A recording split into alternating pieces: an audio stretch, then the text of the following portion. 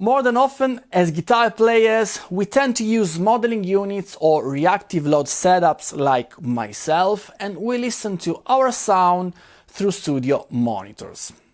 We can get beautiful and complex sounds ready to be recorded. However, sometimes I find really refreshing and inspiring to plug the guitar directly into a tube amplifier in order to have a minimalistic setup and focus 100% on my playing. Obviously, a tube amp is generally quite loud, but in today's video we're gonna take a look at 4 small all-tube amplifiers that I ordered from strumentimusicali.net. And we are going to analyze which are their specs, their sounds, their expandability, and finally, an overall opinion on these models. Before to start, I kindly ask you to subscribe to this channel if you feel like supporting me and ring the bell so you won't miss any future video of mine. And now, without further ado, let's proceed with the unboxing.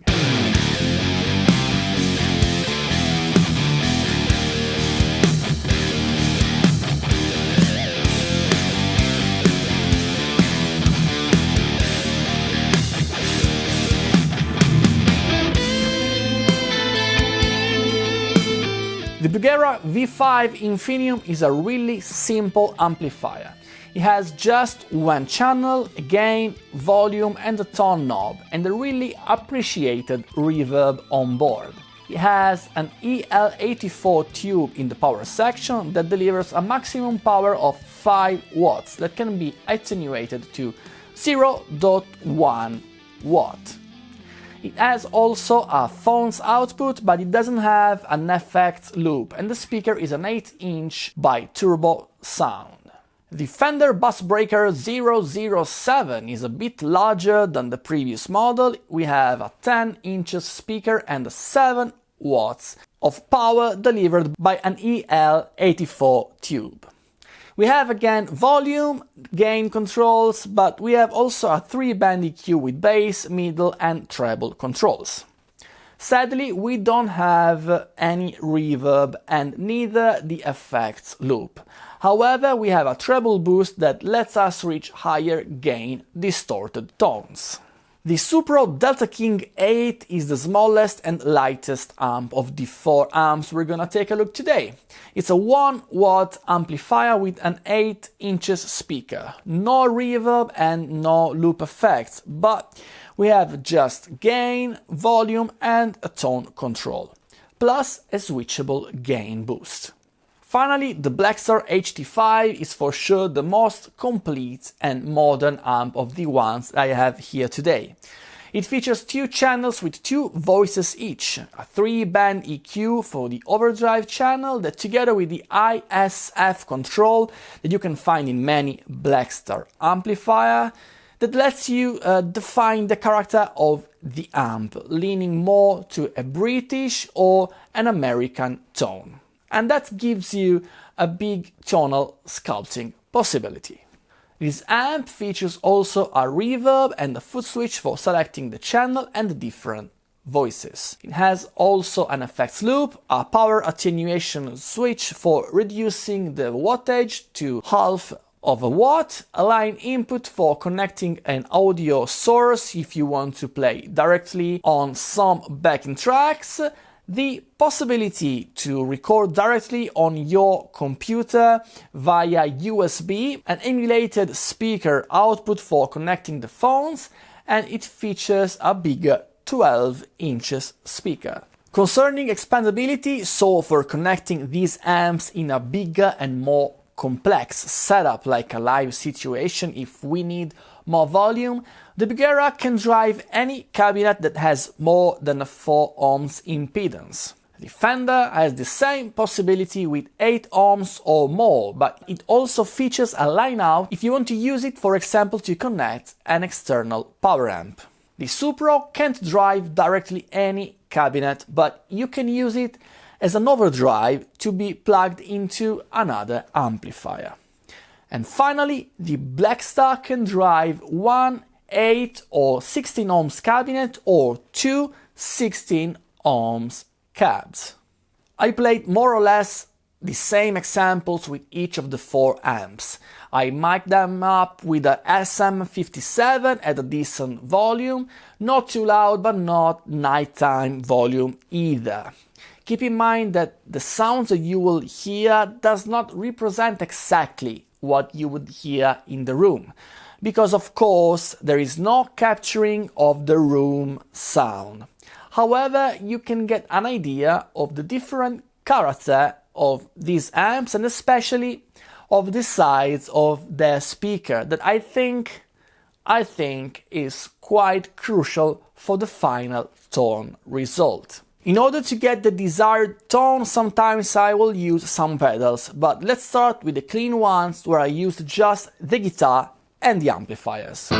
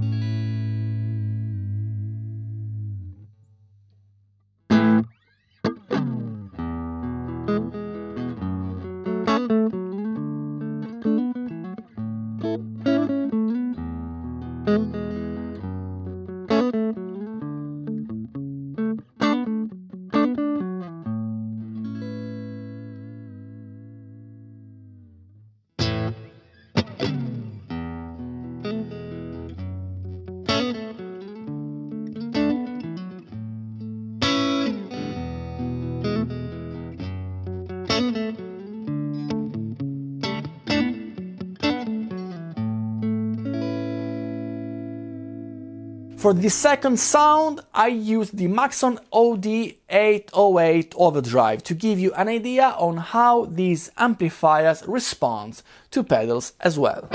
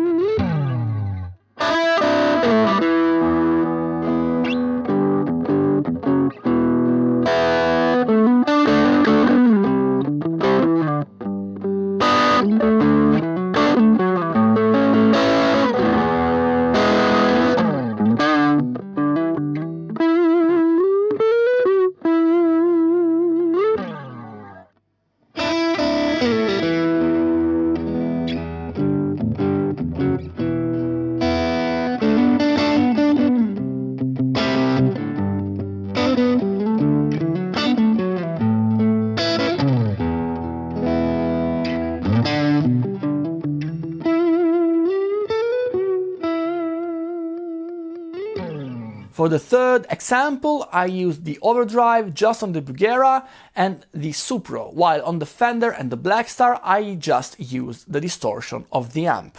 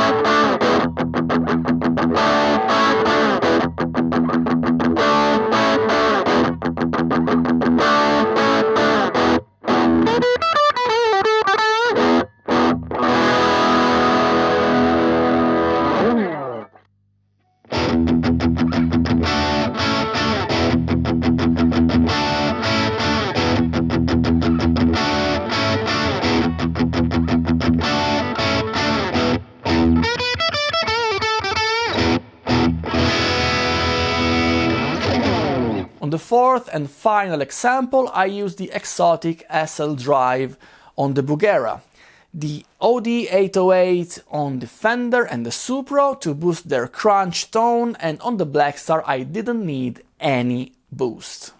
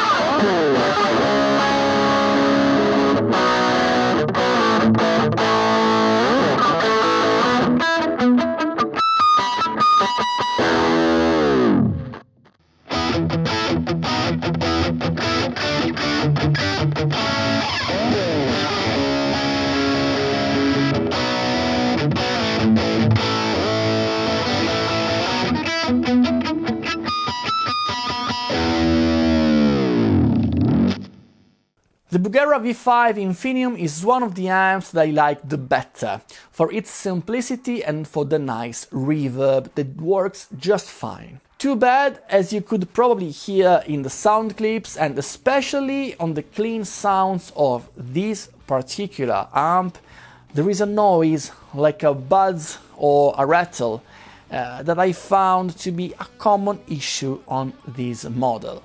Many people, however, solved this problem just replacing the tube on the power amp.